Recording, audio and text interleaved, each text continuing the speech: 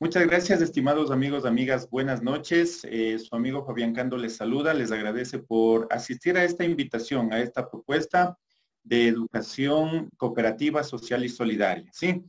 En este caso, vamos a tratar la segunda parte, ¿sí? De lo que es ya la aplicación práctica de los principios del cooperativismo. Sí, ya no solamente la filosofía romántica, sino la doctrina cooperativa, es decir, la identidad cooperativa en práctica. Nosotros como socios, como directivos, como miembros de las cooperativas, qué debemos conocer y cómo debemos ejecutar, ¿sí? Y cosas que ya están realizando muchos de ustedes.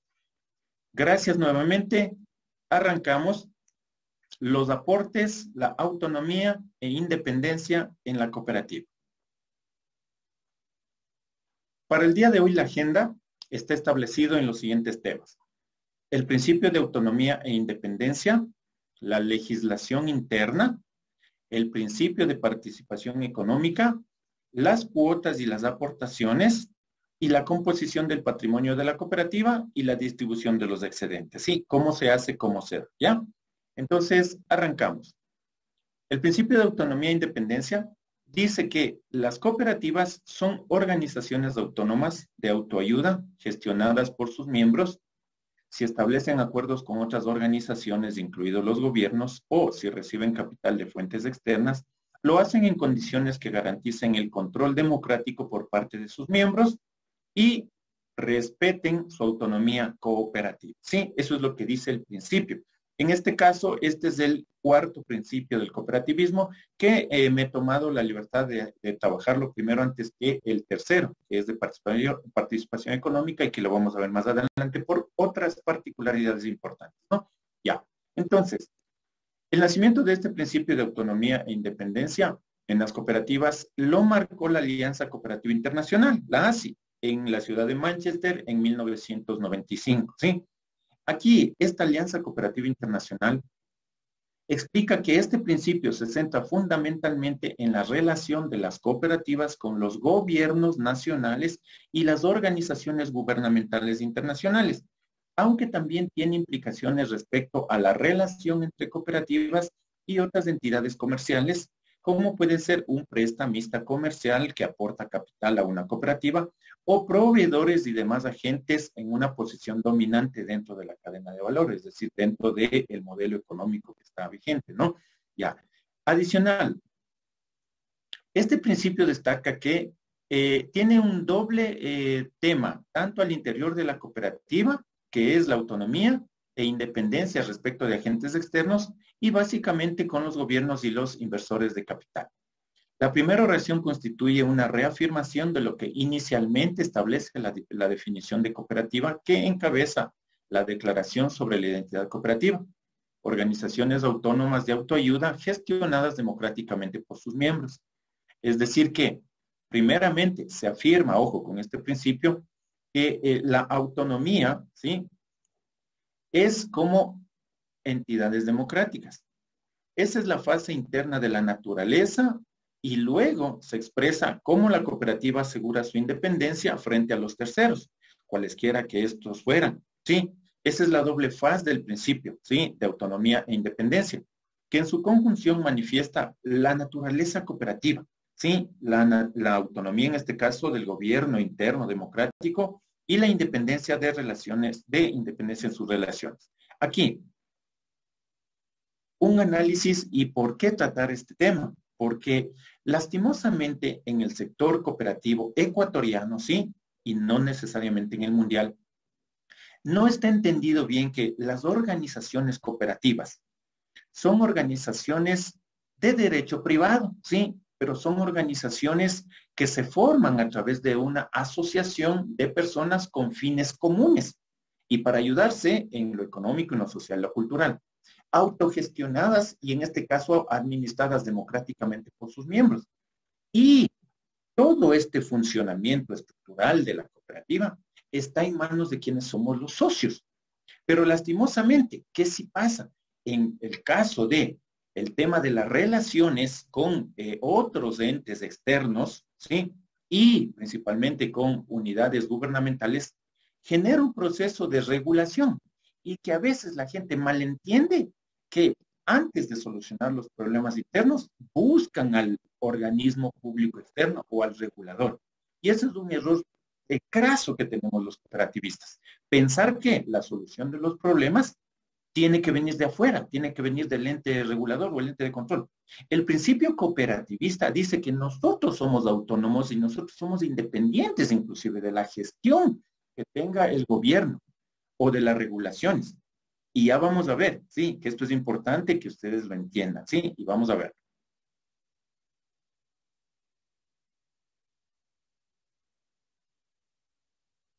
Entonces, respecto de la relación, sí, que se tiene con el Estado, las cooperativas son socios de una actividad común, que es buscar el beneficio para la comunidad. Por ejemplo, en países europeos en donde nacieron las cooperativas, el reconocimiento de que las cooperativas propenden a la promoción económica y consiguiente mejoramiento de la calidad de vida de sus miembros, hace que el Estado descubra, ojo, descubra en ellas agentes eficaces para contribuir al logro de su labor defensora del bien común, incorporando a importantes sectores de la sociedad a la actividad económica formal y facilitando su acceso a un nivel sociocultural con beneficio para ellos y para el conjunto de la población. Es meritorio manifestar que la esencia cooperativa es de independencia de los demás sectores, pero en la buena relación con el Estado, este es el que toma la batuta para incluir dentro de su jurisdicción e intervenir con marcos regulatorios la gestión cooperativa, en especial las de ahorro y crédito. Por ello, ojo, desde un análisis histórico de la relación cooperativa-Estado, abarca diferentes líneas, cada una de ellas caracterizada de acuerdo a las diferentes tendencias. Y tenemos aquí, ¿sí? En países industrializados hay una actitud indiferente del Estado hacia las cooperativas, ¿sí? Con inclinación a considerarlas como una forma más de organización empresarial. En países en desarrollo, el Estado asume una actitud de regulación y promoción de las cooperativas, considerándolas un instrumento de desarrollo económico y social, coadyuvante a sus propias finalidades. Y miren, en países socialistas, el Estado incorpora a las cooperativas como parte de la economía centralmente planificada. ¿Sí? Entonces, este tema, ¿sí? Este tema que les he puesto, ¿sí? Para analizar y para que mis amigos directivos principalmente y gerentes de las cooperativas entiendan que el principio elemental básico del cooperativismo de autonomía e independencia está partido en dos. La autonomía es toda la gestión interna que nosotros como socios planteamos para funcionar. La estructura, los niveles, los canales, los medios, los procesos. Cómo administrativamente y normativamente interna la cooperativa debe funcionar. Eso depende de nosotros como socios. Eso depende del marco jurídico interno que nosotros ponemos y que los socios deben cumplir. Y el otro elemento, la independencia. La independencia es en el accionar de las relaciones que yo tenga con cualquier organismo externo, inclusive con el Estado. Y como hemos visto, del proceso histórico que tiene el cooperativismo en diferentes modelos y países, hay países en los cuales a las cooperativas no les toman en cuenta, les consideran como una empresa más. Hay países, principalmente en América Latina, en donde se da el tema de identificarle a la cooperativa como un buen modelo de desarrollo, un buen modelo que aporta al mejoramiento de las condiciones de vida. Es decir, le ayuda, van de la mano con el Estado para poder buscar el bien común y el beneficio comunitario de la gente, elevar el nivel de vida de los asociados. Ese es el principio esencial también del cooperativismo, elevar el nivel de vida de la gente. ¿Sí? Y entonces, viendo ese elemento, ¿qué hace? Busca regularle, busca normarle en el accionar. También está inmerso el tema de la promoción. Y esto, ojo, si ustedes, estimados amigos, les invito, han leído la Ley Orgánica de Economía Popular y Solidaria, está estructurado en esta línea, en establecer un marco jurídico, un marco regulatorio, fortalecer la presencia de las organizaciones y la promoción. Ahí nos ha quedado debiendo un poco el Estado en función de promover el sector cooperativo, ¿sí? Pero este es el modelo que tenemos. Y hay otros, ojo, sin ninguna tendencia ideológica, por favor que se entienda, En países donde el modelo es social, no socialista, sino es modelo social, en donde se busca la integración de los diferentes actores para promover el bienestar común, para promover el desarrollo social, las cooperativas son un elemento importantísimo. ¿Por qué? Porque ellas son una organización social, es una organización de base, ¿sí? Y que en conjunto con el elemento estatal puede generar mejores beneficios para los asociados y para la comunidad, ¿sí? Ya, este es el principio entonces de autonomía e independencia en la práctica. Y voy a continuar ahora en el tema de autonomía. ¿Cómo está el marco estructural normativo? ¿De acuerdo? Ya. La estructura normativa interna que se contempla en la cooperativa está, ojo, como el estatuto, el primer y el máximo cuerpo normativo dentro de la cooperativa. Luego viene el reglamento al estatuto, luego vienen los códigos, sí, código de ética, código de buen gobierno, etcétera. Y luego vienen los manuales y reglamentos, ¿sí? Manual de crédito, manual de buenas prácticas internas, el reglamento interno de trabajo, etcétera, etcétera, etcétera, ¿no? Ya. Y luego vienen las políticas de instructivos, ¿sí? Luego vienen las resoluciones de la asamblea y al final las resoluciones de los consejos de administración y vigilancia. Este es el marco estructural normativo de la cooperativa, de todas las cooperativas, y que nosotros debemos observar. También les hago la invitación, más adelante tendremos, sí, en meses posteriores, digamos así, entraremos también en la revisión de estos documentos, ¿no? Para todos mis amigos que son socios de las cooperativas, ¿qué son estos reglamentos, no? ¿Qué es esto del estatuto? ¿Cómo se lo analiza? ¿Qué son los diferentes manuales y reglamentos que tenemos dentro de las instituciones cooperativas, ¿no? Ya. Y este comentario. Es importante entender que los procesos normativos internos son creados y aplicados por todos los miembros de la cooperativa. Estos cuerpos normativos deben ser correctamente canalizados, redactados, entendidos, aplicados y evaluados su cumplimiento. Porque caso contrario, ahí sí, la auditoría interna o externa o la supervisión de un ente gubernamental aplicará las sanciones a la inobservancia de su mismo contenido. No debería ser inclusive ni el organismo externo, porque con el principio de autonomía e independencia, nosotros tenemos que internamente a través de nuestro organismo de control. ¿Cuál es nuestro organismo de control? El Consejo de Vigilancia. Y a falta del Consejo de Vigilancia, entonces, una auditoría interna o externa, contratada como, ojo, como un mecanismo de autocontrol, no como un mecanismo normativo. O sea, eso es importante que lo entendamos. La cooperativa no es que por obligación debe contratar auditoría interna o externa, debe contratar por vocación, por cumplir el tema de transparencia y rendición de cuentas adecuada y de ver cómo está la gestión administrativa de la cooperativa. Este es otro punto clave de la aplicación de estos principios, ¿sí? Y de que mis amigos asociados, mis amigos gerentes, mis amigos directivos entiendan que la auditoría interna y externa son mecanismos de control interno, mecanismos de transparencia de la información, rendición de cuentas y evaluación de la gestión que tiene usted como cooperativa, ¿sí? Este principio, sí, hay que entenderle como el tema de autogestión, autocontrol y funcionamiento adecuado dentro del modelo de gestión administrativa. Ese es un tema también que nos olvidamos los asociados y el gerente y el directivo de la cooperativa. La cooperativa debe ser gestionada administrativamente hacia el logro de metas, objetivos y resultados. ¿Cuáles son las metas, objetivos y resultados de la cooperativa? El bienestar del socio, el bienestar común, el cubrir las necesidades de los asociados y que la organización sea también sustentable. Ojo, no pongo la palabra rentable porque muchos de mis compañeros gerentes se concentran en que y varios directivos se concentran en que la cooperativa debe crecer y ganar y ganar y ganar. Nosotros a veces transformamos, ojo, a un monstruo a la cooperativa independiente del asociado. Tengo cooperativas que tienen millones de dólares. ¿Y para qué?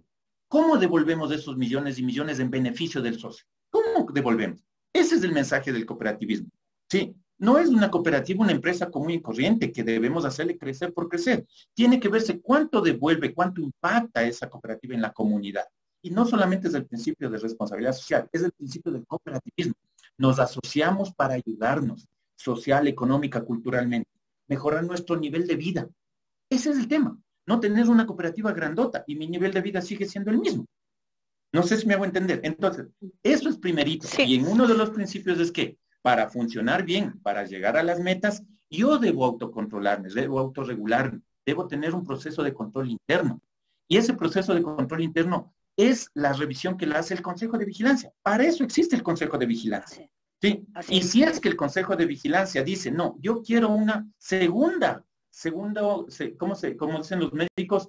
Un segundo diagnóstico, un segundo criterio, digamos así. Opinión. Es una segunda opinión. Ahí sí contrato un auditor para que revise y vea de pronto yo me pude haber equivocado o estar bien, entonces coincidimos o diferimos. Pero hasta allí es el modelo cooperativo. Ahora, en legislaciones como las nuestras, vuelvo a repetir, en donde se norma por ley, usted cooperativa tiene que hacer esto. Y así está. Y ninguno de los cooperativistas hemos protestado, ni tampoco lo vamos a protestar. ¿Por qué? Porque no entendemos el modelo cooperativo. No sé si me hago entender. Exactamente. Ese es mi objetivo. Sí. Esta charla. Exactamente. El organismo regulador es eso, es regulador. Nada más, tiene que controlar que se aplique la ley y que se apliquen las normativas internas, porque eso le marcó la ley, eso le marca el marco estructural. Pero si nosotros como cooperativistas, vuelvo a repetir, entendemos desde el principio que nosotros debemos gestionar, mejorar y funcionar adecuadamente, ningún organismo externo puede venir a nosotros a revisarnos, a sancionarnos. No deberían hacerlo. Pero nuestras cooperativas no están en esa lógica.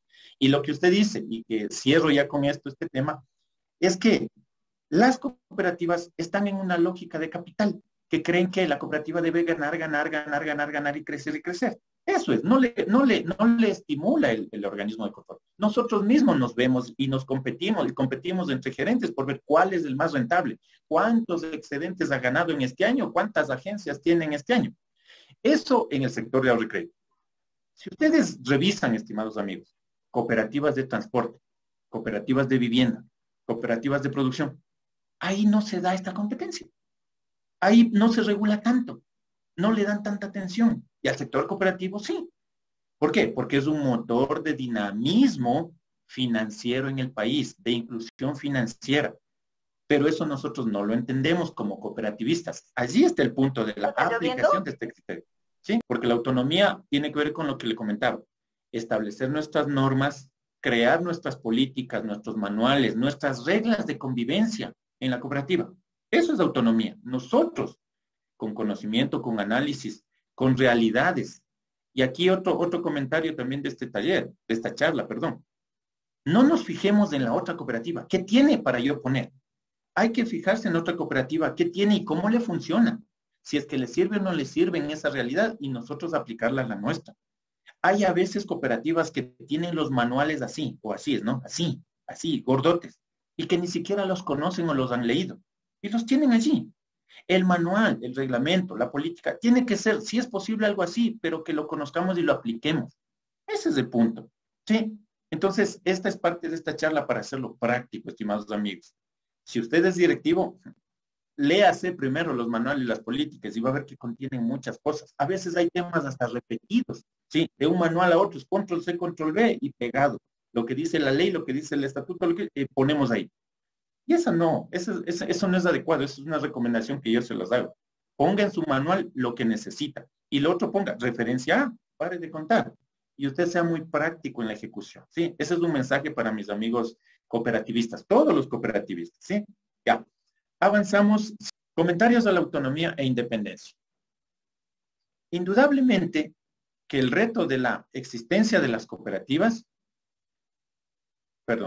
es cómo sobrevivir dentro de una sociedad capitalista.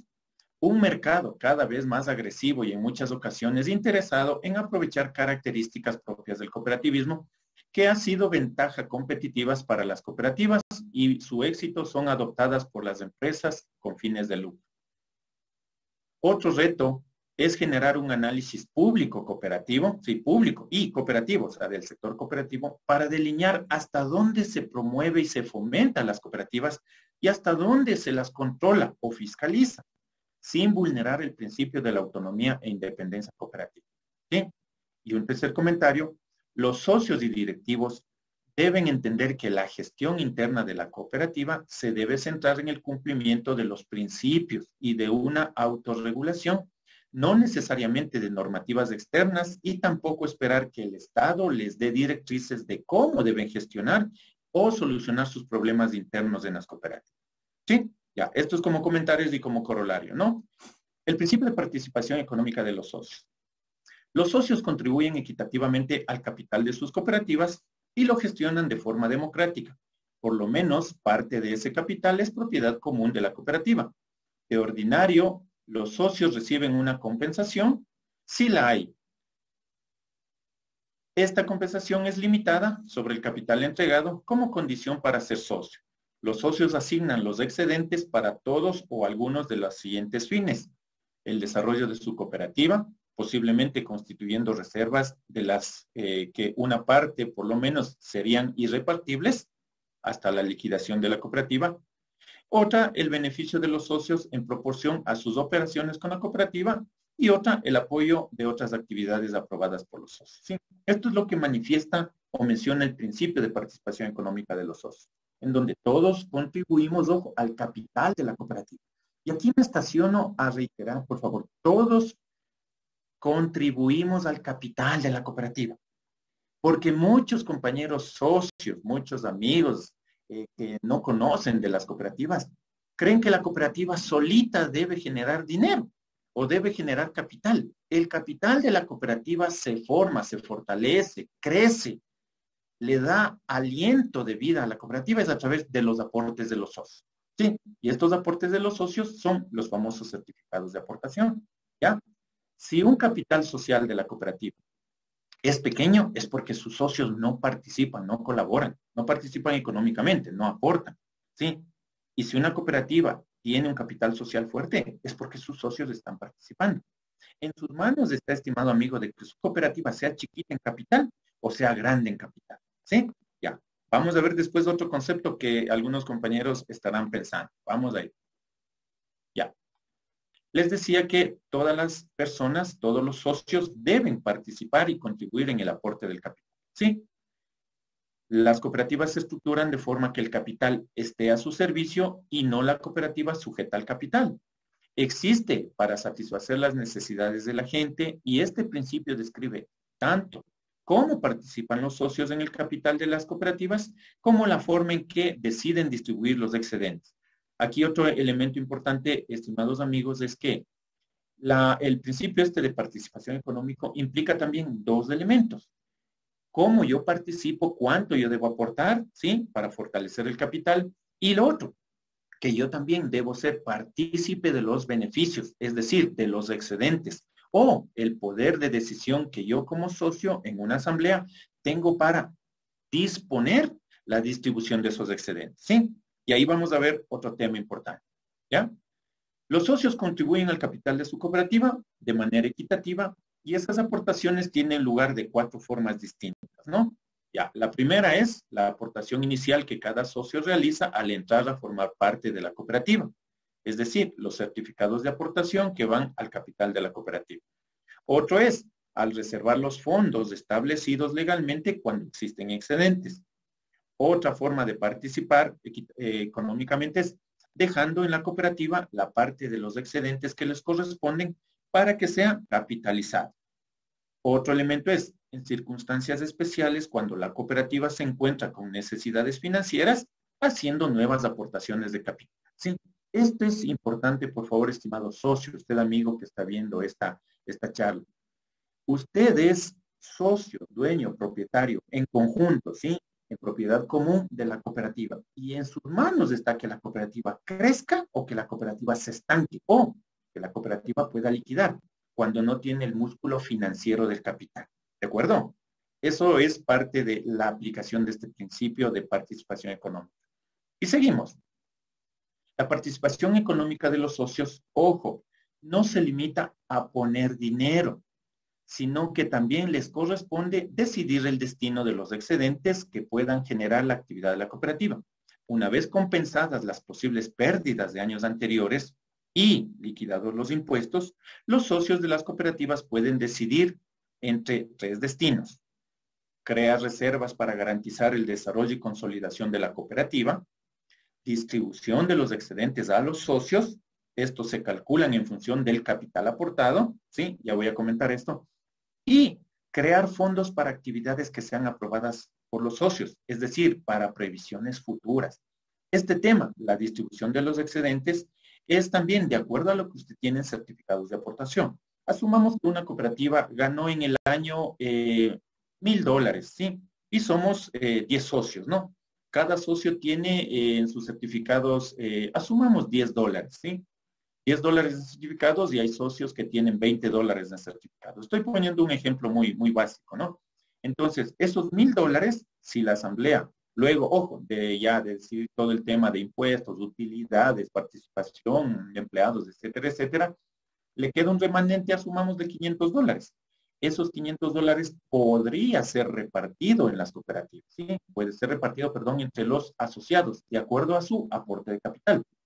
A quienes tienen $10 será un proporcional y a quienes tienen $20 será el doble de ese proporcional, ¿de acuerdo? Esa es la forma como se debe repartir los excedentes.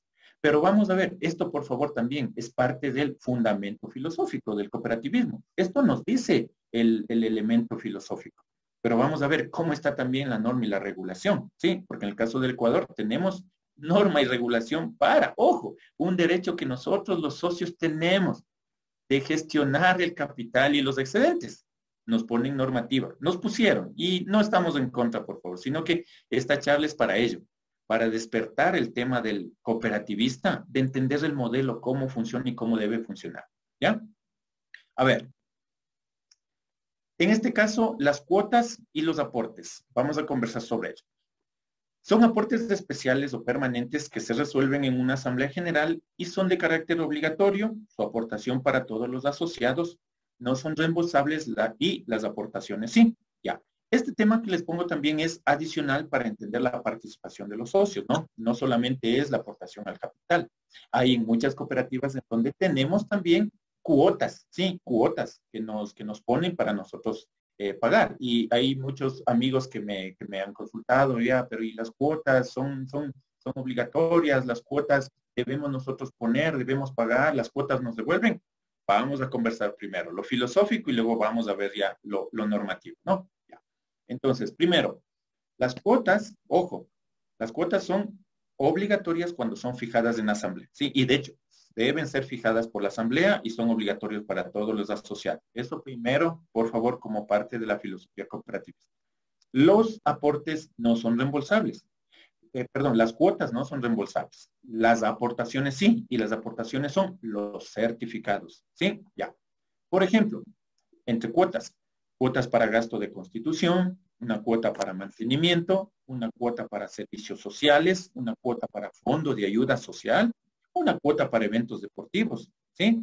En el caso, por ejemplo, de las cooperativas de transporte, tienen una cuota mensual como un ingreso permanente para todas las actividades de la cooperativa. Esa es cuota de gasto, sí, para el funcionamiento. ¿Por qué? La cooperativa de transporte no gana como la cooperativa de ahorro y crédito, no tiene esos ingresos.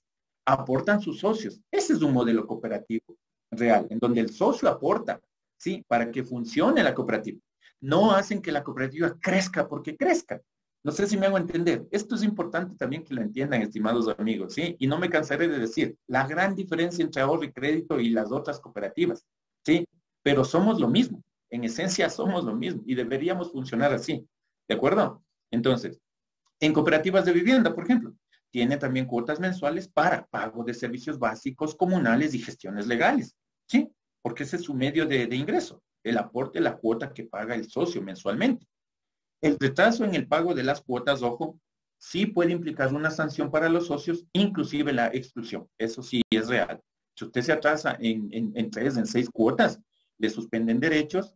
Uno de ellos, por ejemplo, es participar en las asambleas y otro también es participar como candidato a las elecciones. ¿sí? Y si es que usted tiene mayor rechazo en las aportaciones, en las cuotas, perdón, también puede ser motivo de exclusión, es decir, que le excluyan de la cooperativa, ¿no? En las cooperativas de ahorro y crédito, ahí sí, no hay cuotas especiales, ¿sí? Lo que hay cuando son cooperativas de ahorro y crédito institucionales son descuentos en sus sueldos para incremento de capital vía certificados de aportación. Esta partecita le puse aquí, ¿por qué? Porque en las cooperativas de ahorro y crédito sí hay una particularidad que anteriormente se daba, ¿sí? Actualmente ya hubo con una normativa también del gobierno anterior que muchos recordarán, que suspendió recortó, digamos así, toda la obligatoriedad que había, que los descuentos que hacían a los funcionarios. ¿Sí? Entonces, uno de esos fue los aportes que daban a las cooperativas. Por ley, no por ley, sino por resolución de las asambleas, los que eran de las cooperativas institucionales, sí, nosotros conocemos como cerradas, pero no es esa palabra ojo cerrado, sino institucional, descontaban mensualmente de los aportes, de su sueldo. Y eso iba como parte del certificado de aportación, ¿sí? O parte del ahorro. Ahora, ya vamos a ver qué dice la normativa respecto de estos aportes, de estos descuentos. No, pero en el caso de las cooperativas de crédito, no hay cuotas. Sí, porque inclusive ahí la ley prohibió. Antes había, por ejemplo, una cuota para el fondo social. Había una cuota para un fondo de ayuda, ¿sí? Y eso también se restringió, ¿ya? Vamos. En el artículo 448 del COMIF, ¿sí? Del Código Orgánico Monetario y Financiero, por favor, habla sobre la capitalización. Esto es, por favor, exclusivo para cooperativas de ahorro y crédito, ¿no? Ya. La capitalización se perfeccionará con el aporte de un nuevo socio o con la resolución de la Asamblea General que disponga la capitalización de los aportes para futuras capitalizaciones. Sin embargo, si la capitalización involucra la transferencia de ahorros o depósitos, mire qué dice, requerirá de la autorización escrita del socio. Ojo, ¿sí? Artículo 448 del Código Orgánico Monetario y Financiero. El 457, ¿qué dice? Prohibiciones. Las cooperativas de ahorro y crédito, además de las prohibiciones dispuestas en el código que les fueran aplicables, tiene prohibido lo siguiente. Punto 3. Exigir a los nuevos integrantes de la organización que suscriban un mayor número de aportes, cuotas o aportaciones de los que hayan adquirido los fundadores desde que ingresaron a la organización o que contraigan con la entidad cualquier obligación económica extraordinaria que no la hayan contraído dichos integrantes. ¿Qué quiere decir esto? De que en muchas cooperativas de ahorro y crédito había, entre comillas, la decisión interna de que yo como fui socio fundador, ¿sí? Yo pagué, se me ocurre, $1,000, $2,000, ¿sí? En certificados. Y entonces, el nuevo socio también le tengo que cargar eso. Y esto no es. La forma de ser socio, ya hemos visto en otros talleres, no en otras charlas, por favor, que les invito también a revisar, ¿sí? En mi canal de YouTube, Fabián Cando Pimbo, ahí hay sobre los certificados de aportación, sobre cómo ser socio de una cooperativa. Usted debe pagar los certificados de aportación que estén en el estatuto. Si en su estatuto, en el estatuto de la cooperativa dice, para ser socio de una cooperativa debe pagar el certificado de aportación que cuesta $20, $30, $50, $100, usted paga ese valor y es socio de la cooperativa. Que un socio fundador tenga $2,000, $3,000, $5,000 en certificado de aportación, no le amerita que usted tenga que llegar a ese monto. Aquí está establecido en el artículo 457 del COMIF, ¿sí? ¿Y qué más dice adicional la Ley Orgánica de Economía Popular y Solidaria? En el artículo 168 habla también sobre las prohibiciones y dice, ¿no?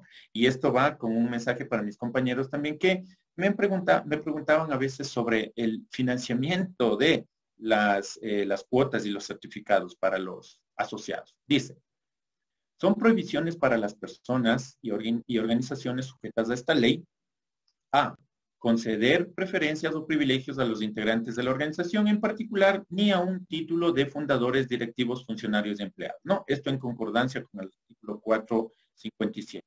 Sí, lo mismo dice exigir a los no integrantes que suscriban un mayor número de aportes, cuotas que hayan adquirido los fundadores desde que ingresaron a la organización, ¿no? O que tengan otra obligación económica extraordinaria, que no le hayan contraído los integrantes.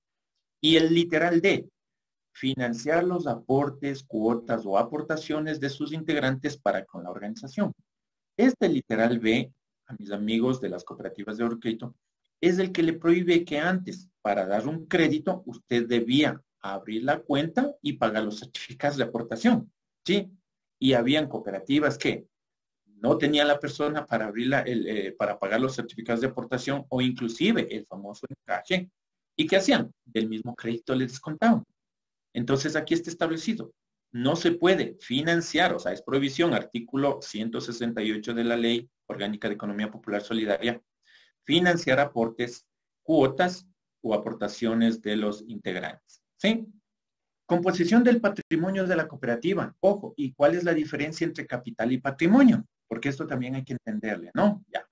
A ver, el artículo 48 de la ley dice que es el patrimonio. Dice, el patrimonio de las cooperativas estará integrado por el capital social, el fondo irrepartible de reserva legal y otras reservas estatutarias y constituye el medio económico y financiero a través del cual la cooperativa puede cumplir con su objeto social. Entonces aquí, por favor, leerle bien este tema.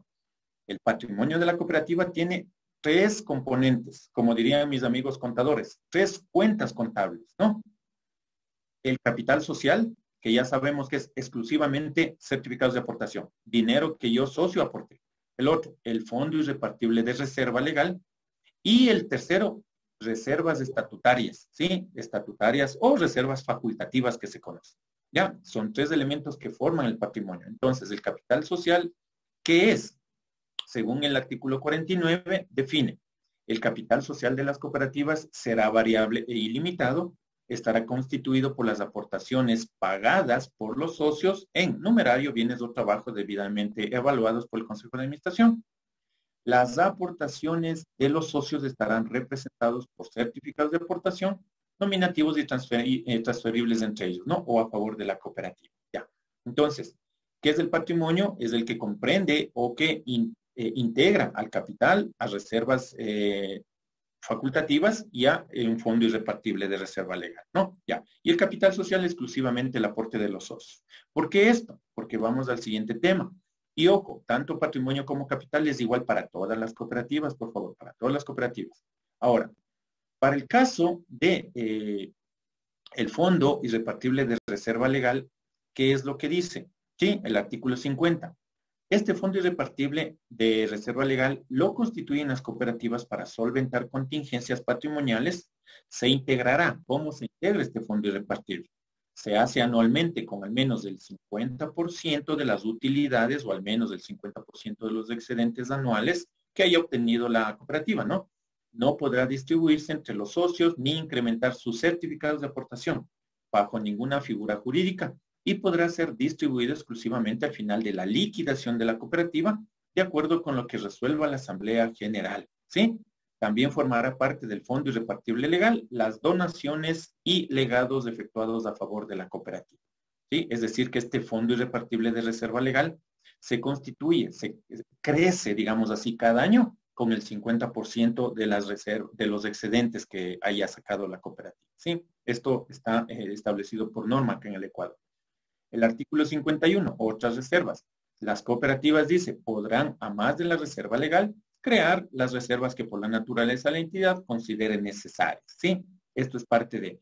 Aquí, estimados amigos, sí es bueno también comentar de que, si bien es cierto que la normativa nos obliga y nos impone que se cree un fondo irrepartible, es porque no se daba la práctica adecuada, no se daba la conciencia cooperativa de que debe fortalecerse el patrimonio, de que la cooperativa, con su capital social y su patrimonio, crece y tiene dinero para poder seguir trabajando. Muchas cooperativas que hacían al final del año, los excedentes se repartían y lo consumían y volver otra vez al año siguiente a seguir realizando las aportaciones y el mismo trabajo y las tareas para volver a generar otro excedente y repartirlo. Entonces, no está mal, pero el elemento importante que la ley establece es que primero ahí sí, fortalezcamos la cooperativa. Pero ya fortalecida la cooperativa, no amerita que se siga incrementando a través de reservas. ¿Por qué? Porque las cooperativas lo que requieren también es que esos recursos, esos excedentes, sean redistribuidos para beneficio del nivel de vida de sus socios, ¿sí? Por ejemplo, aquí está un tema que vulnera el derecho de autonomía e independencia de la cooperativa, ¿sí? Nos obligan por ley a que el 50% de los excedentes sea capitalizado, sea creado en un fondo irrepartible de reserva. Pero, ojo, entendiendo la lógica de qué, de que ayudemos a fortalecer a la cooperativa. ¿De acuerdo? Ya. Bien. ¿Qué es la utilidad y el excedente? Esto también, estimados amigos que están en la charla, que es bueno entenderlo y rápidamente, sí, para que no haya más que todo desconocimiento. Y estos temas ya los amigos contadores, desde luego, lo manejan más profusamente, ¿no? Dice, el artículo 52 dice qué son las utilidades. Para efectos de la presente ley se definen como utilidades todos los ingresos obtenidos en operaciones con terceros, luego de deducidos los correspondientes costos, gastos y deducciones adicionales conforme lo dispuesto esta ley. Y el artículo 53 dice que son los excedentes. Los excedentes son los valores sobrantes o remanentes obtenidos por las cooperativas en las actividades económicas realizadas con sus socios, una vez deducidos los correspondientes costos, gastos y deducciones adicionales conforme lo dispuesto en la ley. Ya, aquí, ¿qué es esto de utilidad y qué es excedente? Por norma básica y por principio cooperativo, digamos así, las cooperativas solamente deberían tener excedentes. ¿Por qué? Porque deben trabajar solo con sus socios, ¿sí? El socio es el que aporta, el socio es el que se nutre de los servicios y beneficios de la cooperativa y luego de descontados los gastos queda un remanente, eso es el excedente, no es una ganancia, no es una utilidad. El concepto de utilidad viene de la empresa capitalista, en la cual sí, yo invierto el dinero para que genere rentabilidad, genere más dinero y eso pueda crecer mi capital. Acá en la cooperativa es que yo colaboro, aporto para el funcionamiento de la cooperativa y si de todo eso que ya cubrimos los gastos, todo lo que es obligaciones de la institución, tenemos un saldo a favor. Eso se debería, ojo, se debería devolver entre los asociados, que es parte de lo que decíamos, y una parte, fortalecer la cooperativa. Entonces, se ingresó en el caso de la ley el concepto de utilidades porque hay cooperativas que también dan su servicio a quienes no son socios. Por ejemplo, es el caso de las cooperativas de ICI de ahorro y crédito, que tienen el tema de pagos de agua, de luz, teléfono, o sea, cobros, ¿no? Cobros de servicios básicos. Entonces ahí, usted, sin necesidad de tener una cuenta en una cooperativa, puede ir a pagar el agua, la luz, del teléfono o el tema este de servicios municipales. Y por eso a usted le cobran una comisión. Ese valor, esa comisión, sí dicen, no es parte de su negocio, no es parte de su objeto social como cooperativa de crédito. Entonces, eso sí contempla el concepto de utilidad. ¿Ya? Pero, ¿para qué se hizo esto? Supuestamente era para que tributariamente en el Ecuador las utilidades sí tienen tributo, es decir, sí pagan impuestos, mientras que los excedentes no, porque el excedente es, haga de cuenta como en una familia. Usted en la familia, papá, mamá y hermanos, se prestan dinero. Y ustedes entonces, de ese préstamo, ustedes no se cobran intereses. Y si se cobrarían intereses, dice, es para de pronto hacer algún gasto y mantenimiento en la casa. Pero y si sobra un valor que sería, asumamos, ¿no? De $10, eso es dinero nuestro, es dinero que nosotros mismos en la familia aportamos y pagamos. Entonces, no es una ganancia, no es una utilidad y por ende el excedente no debería tributar.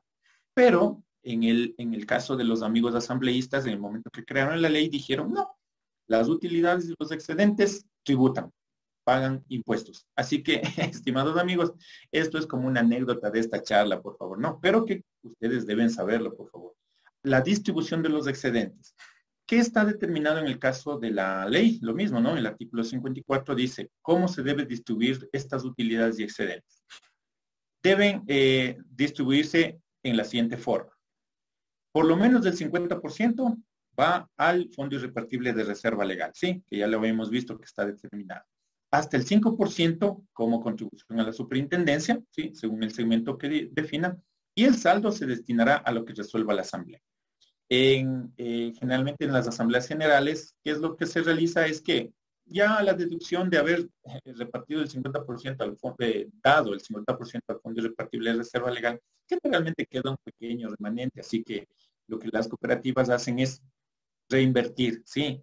o fortalecer la reserva irrepartible, y todo mandan a la reserva irrepartible. De modo que las cooperativas crecen en su capital independiente de los socios. Aquí, del mismo modo, me permito hacer otro comentario. Sí es cierto que si estamos hablando cooperativamente de que nosotros aportamos al capital, este capital también es muy volátil, ¿sí? Ahí técnicamente nuestros amigos de riesgos manejan este concepto. Es volátil, es decir, es muy inestable. ¿Por qué? Porque el capital, como hemos hablado, es a través de un certificado que yo doy, o sea, un dinero que yo aporto mientras yo soy socio. Pero cuando salgo, yo me llevo ese dinero, o sea, es mi dinero, nadie me puede prohibir. Entonces el capital sube y baja lastimosamente. ¿Por qué? Porque ingresan socios, salen socios. Y en el caso de las cooperativas de ahorro y crédito, esto es más complicado y complejo. ¿Por qué? Porque la mayor cantidad de personas abren las cuentas o se asocian es por crédito. Y el momento en que no le dieron el crédito o terminó de pagar el crédito, cierran las cuentas y se llevan el certificado de aportación. Entonces el capital es muy volátil. En cooperativas de servicios, de producción, de consumo, no es tan volátil. ¿Por qué? Porque ahí sí hay la permanencia. El socio es socio años, ¿sí? Años en la cooperativa. Y esa es la lógica que debería ser en las de ahorro y crédito. Ese es otro punto también de análisis, ¿no? Y también me extiendo de pronto una disculpa si es que a alguien le afecta estos comentarios, pero sí es importante que entendamos que la filosofía cooperativa es la misma para todos. No solamente ahorro y crédito es diferente. Ahorro y crédito le tenemos en la lógica capitalista, que no debe ser. El dinero es un instrumento al servicio de las personas, no las personas al servicio del dinero, ¿sí? Y muchos cooperativistas de ahorro y crédito, gerentes, directivos, se concentran en que la cooperativa sea la que incremente el capital, y eso no es por la lógica, recuerden, ¿sí? Entonces, por eso es que hay competencia entre las cooperativas de ahorro y crédito por ver cuál es la que más paga, cuál es la que más crédito da, cuál es la que más coloca, ¿sí? Y eso no es adecuado. Las cooperativas de ahorro y crédito, inclusive he escuchado el tema de las fábricas de crédito. Compañeros, eso es una locura, fábrica de créditos. Nosotros estamos para ayudar a nuestros asociados, para hacer inclusión financiera, ¿sí? Para llegar a los sectores en donde no asiste los medios tradicionales. Ahí dar crédito, ayudar a esas personas con crédito, ¿sí? Que no pueden acceder a otras líneas. Pero no es competencia para ver quién más coloca crédito y quién más tiene más dinero. Eso en algún punto del tiempo a mis amigos gerentes, autoridades inclusive, se les ha traspolado y se han confundido, ¿sí? Entonces, el asunto final ya del tema del capital sí se da en la lógica de que como es volátil el capital, porque entra un socio, pone el certificado de aportación, sale un socio, se lleva el certificado de aportación. Entonces dice, para que funcione bien la cooperativa, en este caso la de ahorro y crédito, todo lo que generaron en el año vayan a reserva, manden al fondo irrepartible y que la cooperativa tenga su propio capital. De modo que el socio que ya se va, se lleva su capital, no le desfinancia a la cooperativa, no le debilita, ¿sí? Y tenga ahí un músculo financiero de reservas, de aportes.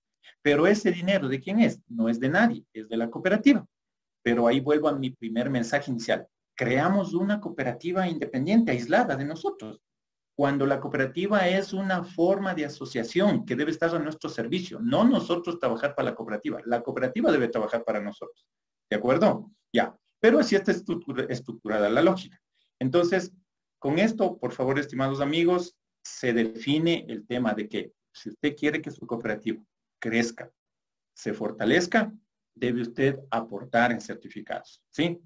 Y no usar en este caso solo la cooperativa de ahorro y crédito para que le den crédito y luego de eso ya se va, ¿sí? La cooperativa de ahorro y crédito es suya, es parte de usted para que pueda crecer. Y voy a cerrar ya con la charla con un tema que a muchos de mis amigos también hoy por hoy ya no han protestado porque cuando se dio esta norma, sí protestaron en función de un descuento que le realiza cuando usted hace un crédito, ¿sí? Y voy a proceder con esta norma, ¿ya?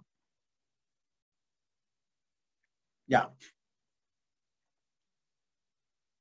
La pregunta aquí dice, más que pregunta, ¿no? 3% de los créditos que está por normativa, que debemos descontar, ¿no? Ya, aquí está. A ver, Hay una normativa que dice en el artículo 1, ya lo vamos a ver, ¿sí? En esta parte acá abajito, ¿no? Aquí, la norma para el fortalecimiento de cooperativas de ahorro y crédito, la 127 desde el año 2015, que fue emitida el 23 de septiembre, ¿no? En su artículo 1 dice, las cooperativas de ahorro y crédito, previa aprobación de sus respectivos consejos de administración, podrán requerir de sus socios hasta un 3% del monto del crédito desembolsado a su favor, que se destinará a fortalecer el fondo irrepartible de reserva legal.